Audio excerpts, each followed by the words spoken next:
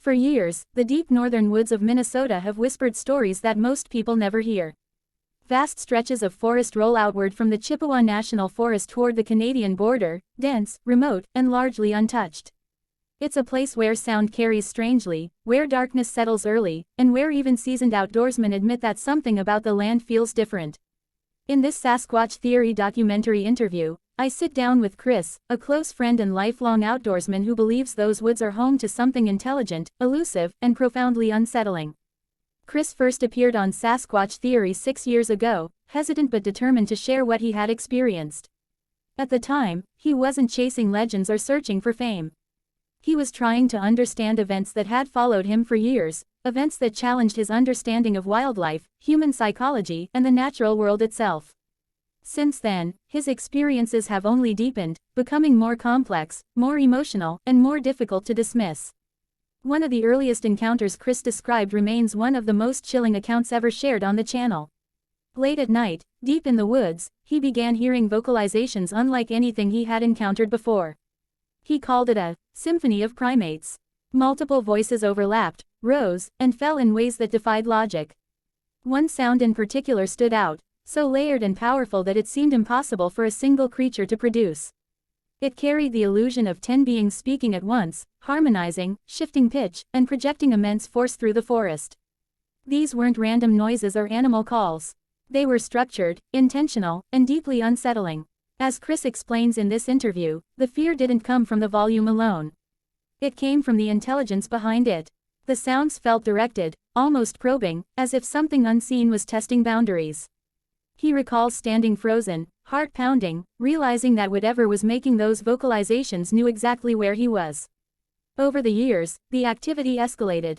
Chris recounts being struck by rocks thrown from unseen positions, never random, always precise. Tree knocks followed him along trails, responding to his movements rather than occurring naturally. He discovered structures woven together in ways that made no sense from a human or environmental perspective. Branches twisted, bent, and interlocked with such force that it raised one unsettling question: what kind of strength would be required to do this? One of the most haunting moments Chris shares happened during a solo camping trip. As night fell and the forest went quiet, he began hearing footsteps along the shoreline near his camp. These were not the light movements of deer or the erratic scurrying of smaller animals. The steps were slow, deliberate, and massive. Each footfall landed with weight and balance, clearly bipedal. Whatever it was stayed just beyond the edge of visibility, pacing back and forth, aware of him, yet refusing to reveal itself. The psychological pressure of that moment, he says, was worse than outright confrontation. In this interview, Chris also discusses concepts rarely addressed openly in Bigfoot research. Infrasound, he believes, may play a role in the intense fear, disorientation, and emotional reactions people experience during encounters. He describes moments where panic washed over him without warning, where his thoughts became clouded and his body reacted before his mind could catch up. Alongside this, he speaks about psychological imprinting, the sense that something leaves a lasting mark on you after repeated exposure.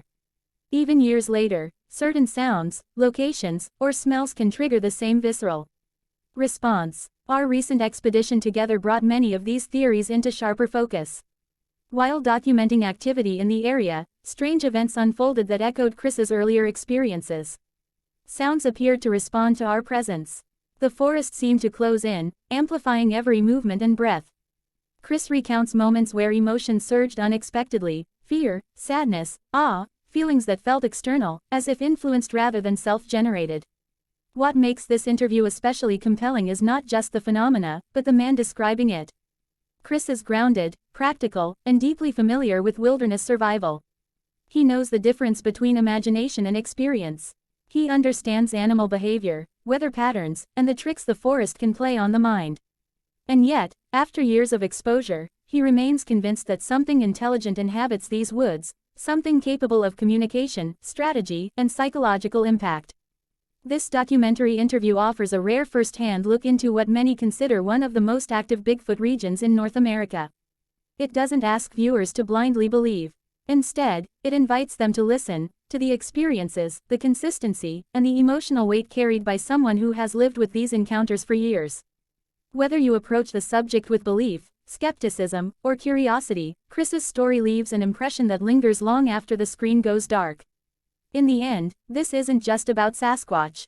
It's about what happens when human certainty meets the unknown, deep in places where answers don't come easily. The forests of northern Minnesota keep their secrets well, but through voices like Chris's, we're given a glimpse into a mystery that refuses to stay silent.